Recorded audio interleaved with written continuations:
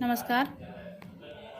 साम्यवाद का विघटन के ऊपर आज अपन चर्चा कर रहे हैं। इसके पहले दो वीडियो में भी अपन ने इसके ऊपर चर्चा करी थी। शुरू में अपन ने पढ़ा कि किस तरीके से दूसरे विश्व युद्ध के बाद सोवियत संघ ने विश्व में साम्यवादी विचारधारा का प्रचार प्रसार करने के लिए पूर्वी यूरोप के राष्ट्रों में और विश्व के अन्य भागों में भी उन देशों को आर्थिक सहायता पहुंचाकर या सैनिक संधियों के माध्यम से वारसा नामक सैनिक गुट का निर्माण करके साम्यवादी विचारधारा का प्रसार किया और तरीके से साम्यवादी गुट का निर्माण किया।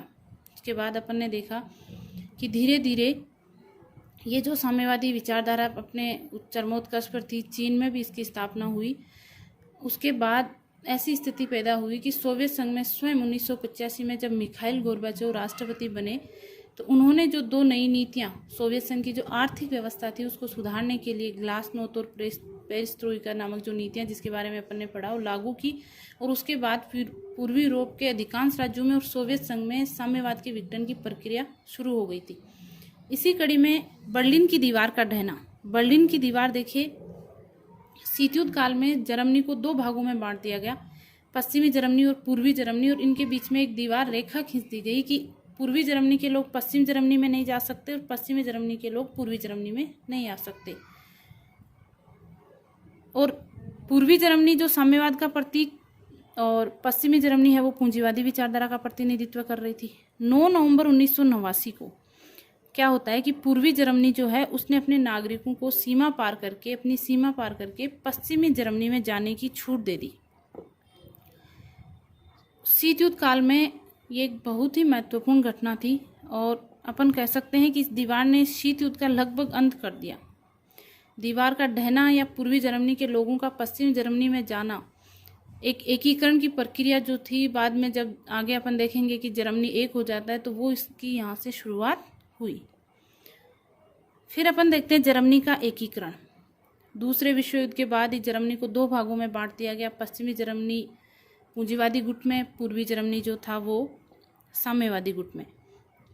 3 अक्टूबर 1990 को देखिए, पूर्वी जर्मनी और पश्चिमी जर्मनी एक हो गए थे, क्योंकि जैसे ही बर्लिन की दीवार ढही, बर्लिन की दीवार को समाप्त किया गया, दोनों देशों के लोग ये चाहते थे कि जर्मनी वापस से एक संघीय गणतंत्रात्मक जो राज्य था पहले वह बन जाए। और अब जो नया पूर्वी जर्मनी और पश्चिमी जर्मनी एक होने के बाद जो नया राज्य बना वो था एकीकृत जर्मनी, जो था वो था जर्मन संघीय गणराज्य। इस नाम से इसको जाना जाने लगा। और जर्मनी के एकीकरण के बाद पूर्वी जर्मनी के विदेशों में जितने भी कार्यालय थे, जर्मनी के जो दूतावास थे वो बंद कर दिए गए। पूर्वी जर्मनी अब नए यूएनओ का सदस्य रहा, यानी यूएनओ की जो उसकी सदस्यता थी वो भी हटा दी गई, क्योंकि पूर्वी जर्मनी नामक देश जो था वो रहा ही नहीं। अब क्या बन गया था? जर्मन संघीय गणतंत्र। तो पूर्वी जर्मनी जो यूरोप में साम्यवाद का गढ़ था और इसके अंत के साथ ही लगभग बाकी जगहों पर या बाकी जो राष्ट्र थे वहाँ पर भी साम्यवाद के पतन की शुरुआत हो गई। सोवियत संघ का विघटन देखिए, सोवियत संघ की सीमाओं में टोटल जो कुल थे वो 15 संघीय गणतंत्र क्षेत्र सम्मिलित थे। दिसंबर 1991 से पहले ही जैसे अपन ने पढ़ा कि राष्ट्रपति गोर्बाचोव की जो नीतियां थी और पूर्वी यूरोप की जो राजनीतिक उथल पुथल चली, राजनीतिक उथल पुथल यानी पूर्वी यूरोप की जनता ने जो वहाँ की लगभग जो साम्यवादी राष्ट्र थे वहाँ की स्थिति ये हो गई कि खाद्यान्नों का अभाव हो गया, आर्थिक व्यवस्था जो उनकी है डावाडोल है, विदेशी ऋण बाहर का कर्ज जो है बहुत ज़्यादा बढ़ गया है, और भी कई सारी जो दिक्कतें आई उनकी वजह से अपनी ही सरकारों के खिलाफ वो विद्रोह कर रहे थे और वो चाह रहे थे कि हमारे यहाँ भी लोकतांत्रिक पूंजीवादी व्यवस्था जो है वो लागू की जाए।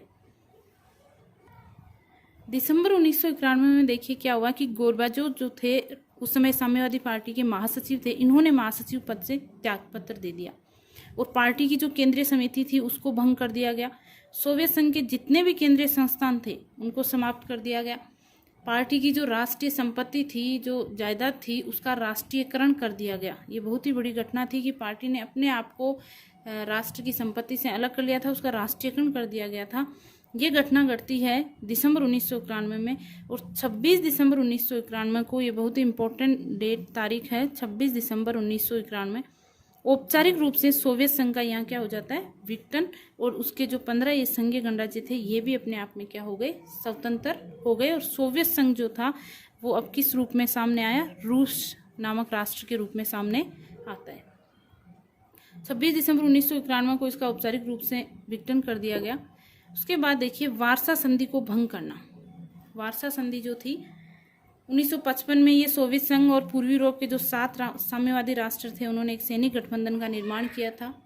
एक सबके लिए सब एक के लिए सिद्धांत के आधार पर, सामूहिक सुरक्षा के सिद्धांत के आधार पर। तो जब क्योंकि सोवियत संघ का विघटन हो चुका था तो 1 जुलाई 1991 को वार्सा संधि को भी क्या कर दिया गया, भंग कर दिया गया, क्योंकि अब इसका कोई कार्य नहीं था।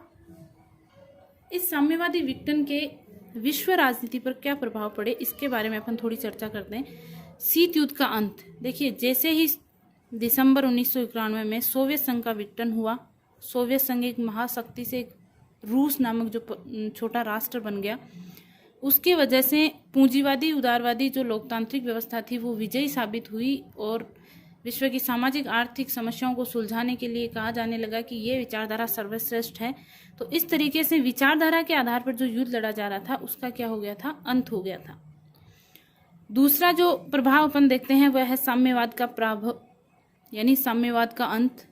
एक बार ऐसा हुआ कि 1917 की जो रूस की क्रांति थी वहाँ से जो साम्यवाद की शुरुआत होती है, रूस में भी साम्यवादी शासन की स्थापना हुई।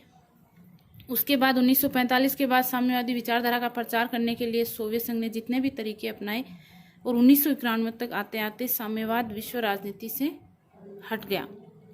रूस की भूमिका में परिवर्तन, ये तीसरा प्रभाव, रूस की भूमिका में परिवर्तन इस तरीके से हुआ कि दूसरे महायुद्ध के बाद रूस एक महाशक्ति था। 2 प्रमुख महाशक्तियां थी, विश्व 2 गुटों में बटा हुआ था और 2 ध्रुवीय व्यवस्था थी। एक तरफ अमेरिका था और एक तरफ सोवियत संघ था। लेकिन अब जो है रूस ने विश्व राजनीति से थोड़ा अपने आप को अलग कर लिया और अपनी वहाँ की जो आर्थिक व्यवस्था थी उसको सुधारने में लग गया। साम्यवादी गुट के विघटन से ये निष्कर्ष निकला कि विचारधारा के आधार पर राष्ट्रों का विभाजन जो है वो बहुत ही अप्रासंगिक है। ये विचारधारा के आधार पर राष्ट्रों का विभाजन नहीं किया जा सकता। हर देश की अपनी राजनीतिक परिस्थितियों के अनुसार शासन व्यवस्था अलग अलग होती है। निरंकुश वहाँ की जनता जिस तरीके से चाहती है वैसा ही होना चाहिए। साम्यवादी गुट के पतन के बाद लोकतंत्र की जो सर्वव्यापकता है वो साबित हुई कि विश्व में सर्वश्रेष्ठ अन्य शासन प्रणालियों से बेहतर यदि कोई शासन व्यवस्था है तो वह लोकतंत्र है।